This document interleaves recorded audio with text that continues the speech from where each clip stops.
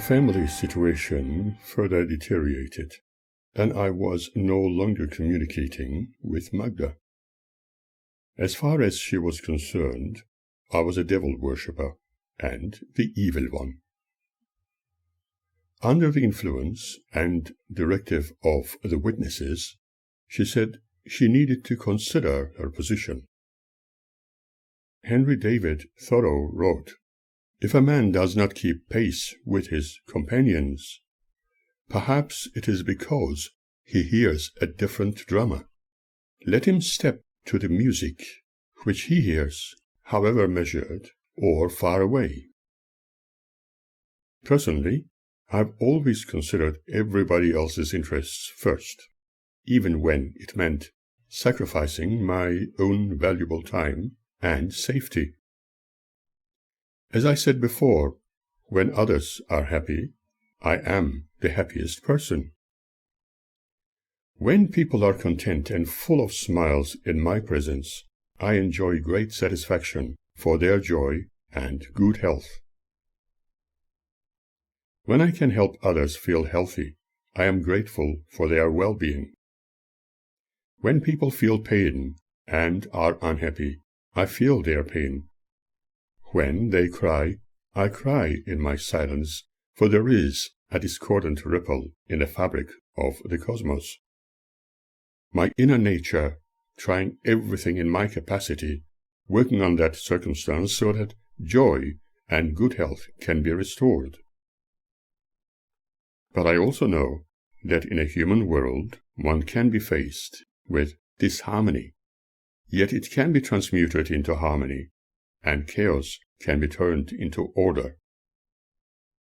The whole universe is based upon the principles of chaos and order, and to detect the difference between the two, some awareness is needed.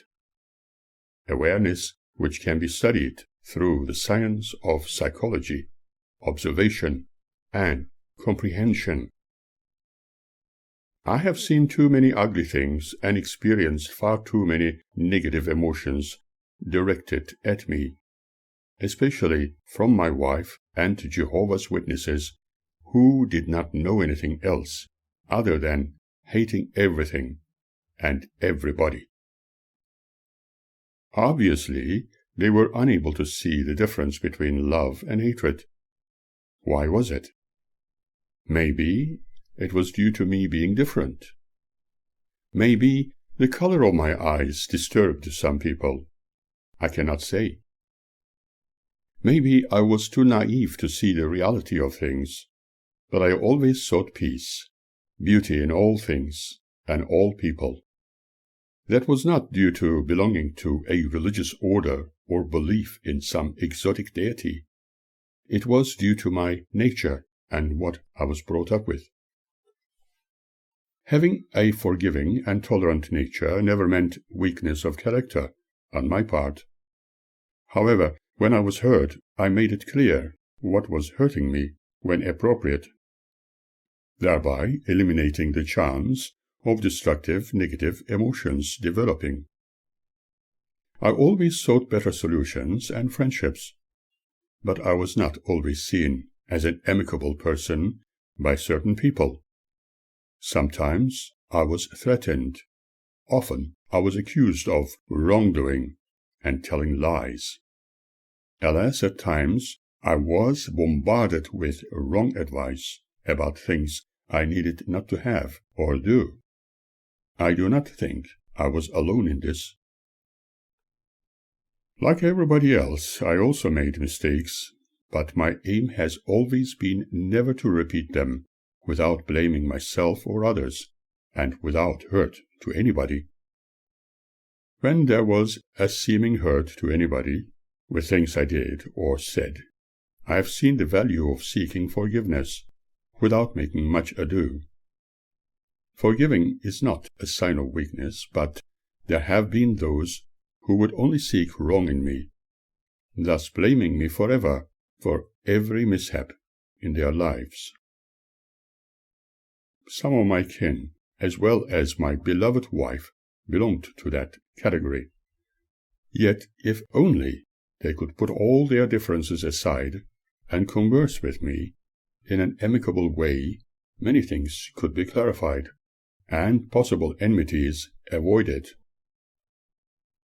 On the other hand, I feel some of those past associates were no real friends of mine, not even to themselves.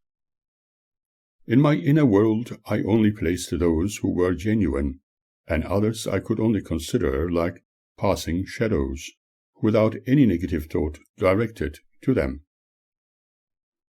I loved all my friends for who they were, and those others who braved themselves to be my opposition, I could only offer my unconditional love, for they shared the same life stream like the rest of us.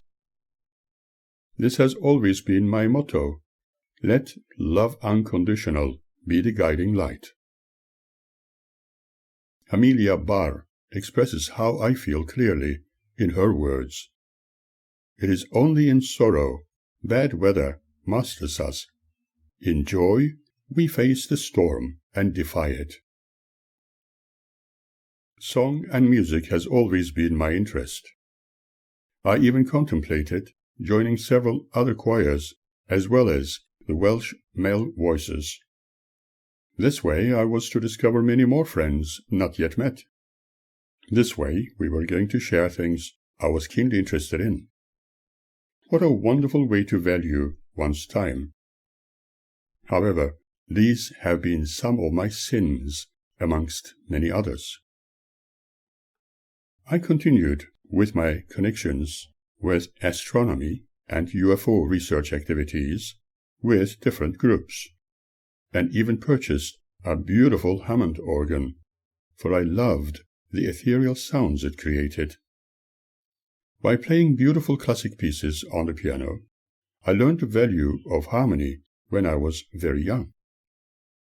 The music scores I read from newly obtained sheet music helped me further.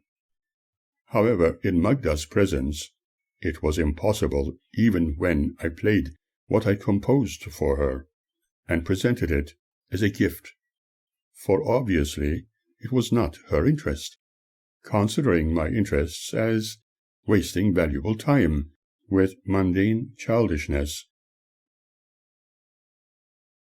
Every time I played a melody, she nagged me for not being interested in her or her belief. However, if I would spend time only reading the Bible or Watchtower magazines, she would regard it as valuable time spent with the family and as a sign of maturity. But in her mind, with my interests, I was extremely mature in every way. In addition to this, she constantly asked how it felt when I supposedly kissed this or the other lady, and if they had better or fresher breath than hers, or were their kisses nicer than hers, or if they had great legs. It was becoming very hurtful to see how insecure she was, for in total honesty, I was doing none of the things she accused me with. At this point, I feel the need to tell you some of my experiences in more detail. I remember an unusual tram ride to North Melbourne when a Sudanese girl sat next to me, asking for directions. I had to get off a lot earlier than her, therefore I quickly explained where to catch the other tram, which would take her where she wanted to go. Opposite me, on the right-hand side of the tram, sat a few mature-aged ladies, looking at me intently, as if they personally knew me, while whispering amongst themselves, continually observing me and the Sudanese girl next to me. They left long before me, and I did not think about it as being something important, but when I arrived home, Magda had a very long face, and was literally sulking. That worried me, and I needed to know what it was that bothered her. She did not want to talk, and remained like that for a long time. singing her song of silence. I prepared light snacks and tea for us. For a while she kept reading a number of pages of her Bible silently, and went to bed without saying good night, not even touching the food. I took it as just being her usual anger towards me, without knowing what my sin was, as I often experienced these behavior patterns. Obviously, I had committed a grave sin again, which I had no idea about. I stayed in the lounge, listening to a light classical performance on ABC FM, knowing it was also a sin. About 3 o'clock in the morning, she came out, made a cup of tea, and said with a croaky voice that she could not sleep thinking about it. I innocently asked what was keeping her awake. She nervously answered me, saying that I should know it. I wanted to know what it was. She said, "You have been seen. Did you know that?" I asked what she meant by that, and she answered me in her habitual manner. "Why do you pretend as if you are innocent? You know what I'm saying." I could neither understand nor could guess what I should know. There are some witness sisters I know. They are from another congregation, and they would never tell lies. They told me all about your black girlfriend. I asked what girlfriend it was, and she further answered me extremely nervously. "That black girl you were together in the tram, and you two were very close to each other, like lovers. You cannot hide it from me. I'm so ashamed of you, and you are still playing around with other females behind me. Now tell me, was she nice when you kissed her lips, and her eyes fixed on you? Who knows what else you do behind me when you say you are at work? Remember, those sisters can never tell lies. Do you want to stay with me or go with her? You think I'm not good enough for you." At first I did not know how to react to this outburst, and kept silent for a while. Then I told her, "It is not my interest, take it or leave it, and somebody is telling you lies, but it is not me." I do not think she believed me at all, because apparently I was drifting away from the truth, and all kinds of surprises could be expected of me. Magda never showed any interest in my desires or needs other than occasionally wanting to know how to go about painting in acrylics and replicating photographs. That was fine, while discovering ways to develop one's unique styles in painting. I hoped she would continue with this as a newly developed hobby, for it could assist her in many ways later. However, all my other interests, hobbies, and research have remained as intrusions. Distractive, childish gameplay without any value as she preferred to consider them. Under no circumstances was I going to give up with them, and if anybody could not accept me as I was, they could never be a genuine friend to me anyway. It was just like the story of Mullah Nasreddin, where he encountered a bird seller trimming the beak and long legs of a stork, and when he questioned the reasons for such trimming, the bird seller answered him, saying that it did not look like a bird, and so he made it look like one by doing what he did. Likewise, I was expected to cut all my interests to please her, and her supposedly faithful, God-loving brothers and sisters. No true friend would ever trim you, but accept who you really are, with all of you and all your memories. I have seen many wonderful people experiencing this with devastating results. Autonomy should never be surrendered. I could no longer live a life of pretense, and surely she could no longer exist in a fool's paradise. In respect to my characteristics and principles, I was never going to force her to accept me with all my interests, or to change herself, unlike the witnesses she was a member of, forcing others adhering to their belief system to live according to their dictates, issued forth from their headquarters. As one can see, all their ways are cultist, although they will never acknowledge it. As far as they are concerned, this is a very delicate issue that they would rather ignore. However, she had the courage to demand that I should help rescue our sinking family ship by following God's ways. In other words, she was trying to force me to become strictly dedicated to their movement. She completely ignored the suggestion of seeing an independent psychologist, yet she agreed to see a family counselor who suggested applying tolerance and acceptance of each other's interests. As far as the witnesses were concerned, I was drifting away from the righteous path by showing more interest in satanic practices, by attending evil lectures, by doing the devil's bidding, by tutoring groups of students on behavioral psychology, and showing great interest in gore, by being interested in anatomy or forensic investigation, and more devastatingly, not serving God. She lectured me day and night. We were no longer getting close to each other, not even sharing our bed anymore. At every opportunity, I was only hearing her complaints and nagging.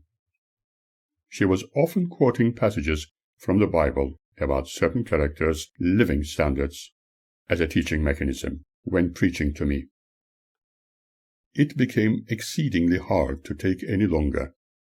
I can comfortably say she really helped me detest everything about the Bible and religion, everything about faith issues, belief systems, indeed everything about the idea of God and the devil. In reality, however, she was performing a great service, helping me remove myself completely from considering any man-made idea of supposedly a great deity, for which I am eternally grateful. I thought everything which proceeded from God was good, and everything that came from the devil was bad.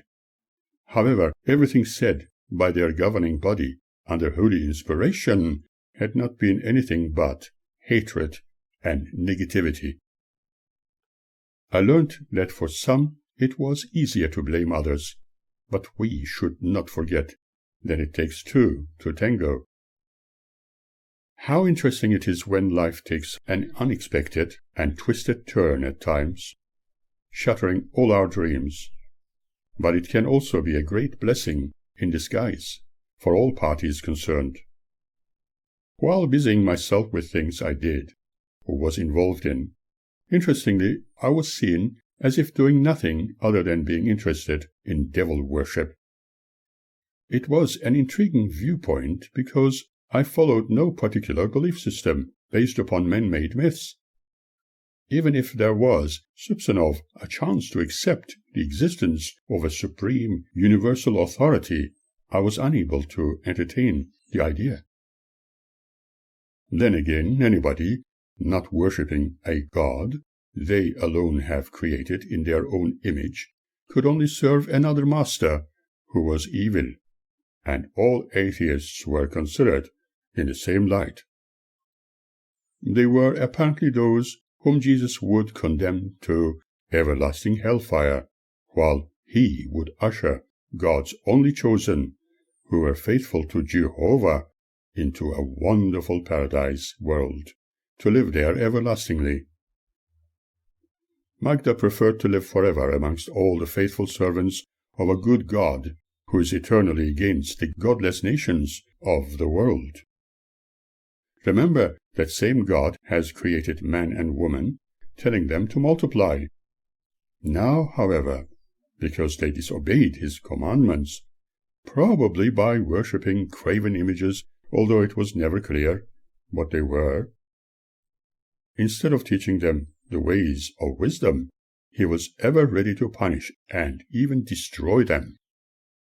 So it seems that in the beginning God had supposedly created man in his perfect image, and then he created divisions, confusions, and enmity amongst them, so that they could commit sins, as written by men, under alleged holy inspiration. According to Jehovah's Witness wisdom, it was the evil one who was against God's creations, and was allowed to do the deed. Those men of God apparently spoke of God's wisdom, which the wicked did not follow. Would a normal functioning parent severely punish his or her child forever because he or she broke the grandmother's antique vase? This same God's words, as they appear in the Bible, advises adherers to the faith to literally beat the child with a rod, so that he will never deviate from following the right path in complete obedience. It may only be symbolic, but what is written by men is always taken literally by some. Magda, too, had the tendency to take such antiquated advice as truth. She performed quite a number of disciplines one could only patiently observe, for she took the Bible advice to extremes. Many times she even told me that if I did not fulfill my fatherly responsibilities, then she had to do what God expected of her when disciplining the children. By psychological observation alone, her extreme nature could only be equated to child abuse by severe punishments and literally breaking wooden spoons on their delicate bodies. Seeing something like that, I have cried in my silence, and thought that perhaps she has learnt it from her parents, or was advised by her brothers, who did not know any better. I considered taking this matter further by approaching the legal authorities, but was unsure how things would develop in a society where fathers had very few rights. My tolerant and jovial nature was not to her liking, and she considered me somewhat immature. Was she mature? I cannot claim to have always been a perfect partner to her, or perfect father to my children, but I considered their well-being above everything else. I have also raised my voice when frustrated, but always apologized for any discordance or hurt I may have caused, and aimed never to repeat such human traits. When Magda noticed this trend on my part, she was ever ready to chastise me for being so stupid, by helping the children to act and live like children. Therefore, I was apparently not a good father, whom she expected to be a harsh disciplinarian, like herself, needing to be as she had been instructed by their religious doctrines. I often felt that she was symbolically taking her frustrations out on me by punishing the children as if she was doing it to me. She would raise her voice, telling me in her broad German accent, "Mensch, you are not teaching the children like all the other Christian fathers do, and so ich muss do it instead."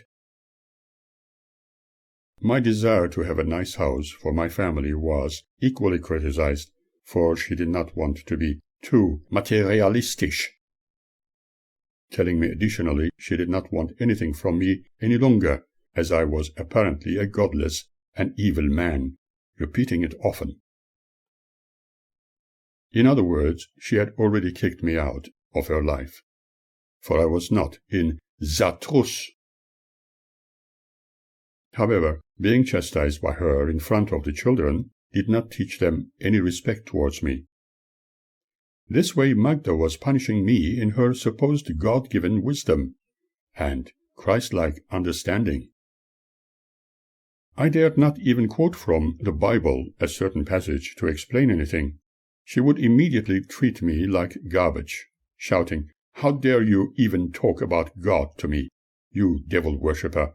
You are an evil man." I had no choice but swallow it all, hoping for better times. For a very long time, I could not talk to her about any of my academic interests. Just as with my hobbies, my meeting like-minded people in astronomy, physics, medicine, even research into other interesting subjects, and now I could not even talk to her about fine arts or music. Obviously, she was a wife and partner only as long as I was seemingly in the truth. But my interests were not suitable to her, and therefore I could simply be the evil, interested only in those worldly matters. Indeed, she rendered herself into being a dreaded stranger, completely against me. This is what the Jehovah's Witness faith has created: discordance, enmity, and separations. Who indeed directed their footsteps? Was it God or the devil?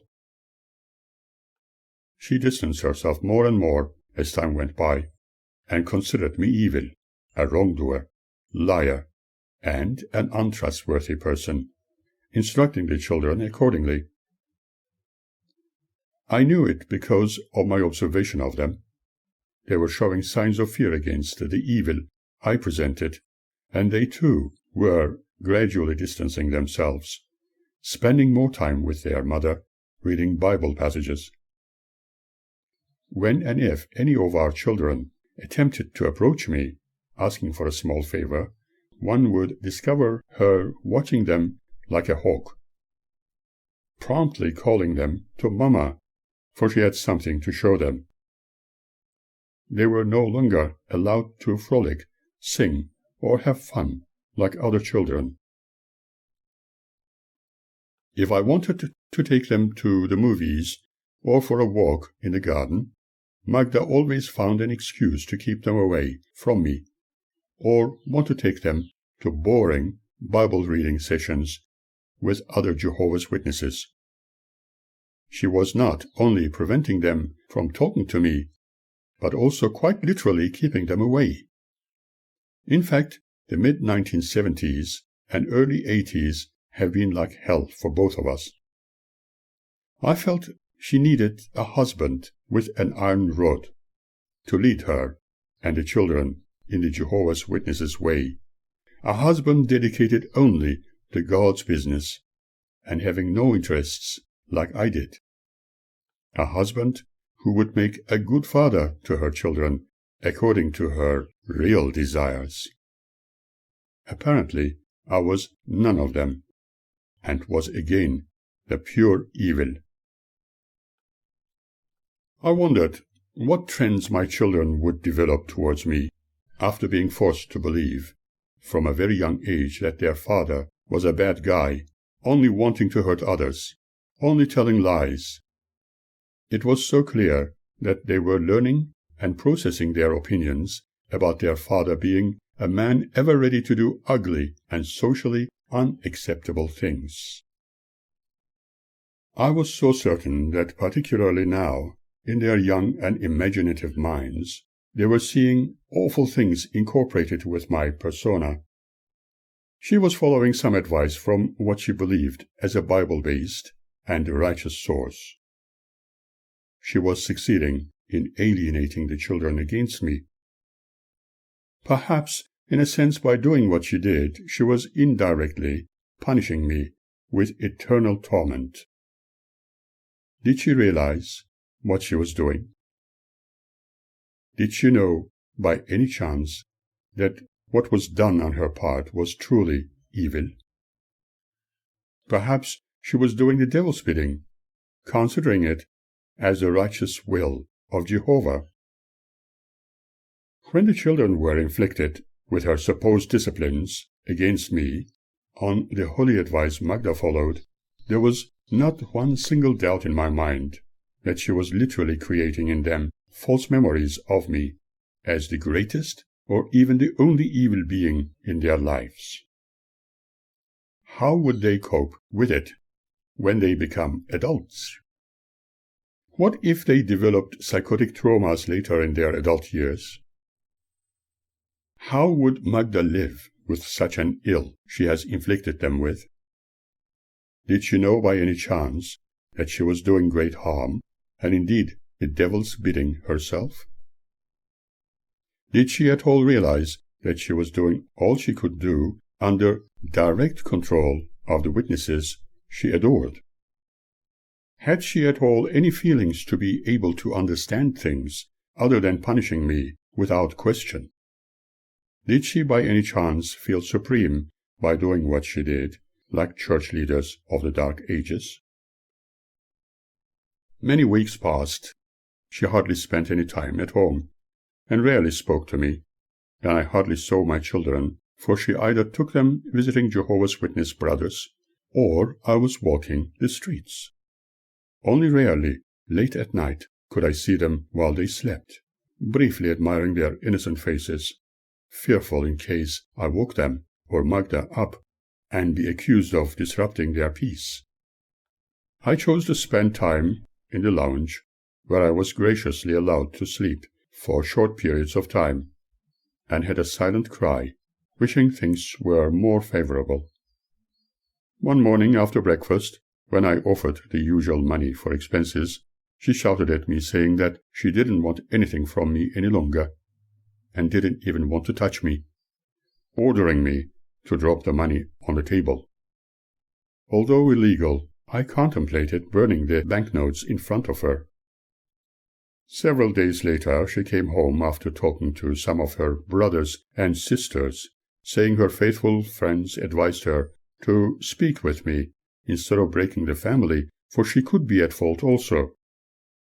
This was certainly very unusual for her, or the witnesses to suggest something like that, for they all considered me as the Antichrist. However, when considering all their teachings, as can be seen in their publications throughout the years, they considered the United Nations as the Antichrist. And yet they are a member of what they condemned, leaving one puzzled about their own status.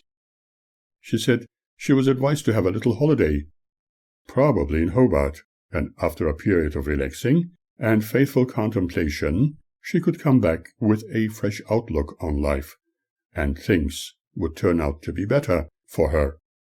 This greatly amazed me. But what was broken, just like antique china, would never be perfectly repaired. And our so-called family was in that state. However, I never believed what Magda told me in regard to what her brothers and sisters had advised her, and thought that it was more likely to be a spying activity to test me. On the other hand, maybe some Jehovah's Witnesses were beginning to think that what they tried to achieve was wrong. Had they looked at their holy book, where it was written, "Let no man put asunder what God has put together." But I was yet to discover how wrong I was in thinking this way, and it was subsequently proved once again how cold and calculating they were. They may have noticed how unhappy their dear sister appeared, and perhaps decided to try one more time before they helped her separate from her unfaithful husband permanently. Who knows?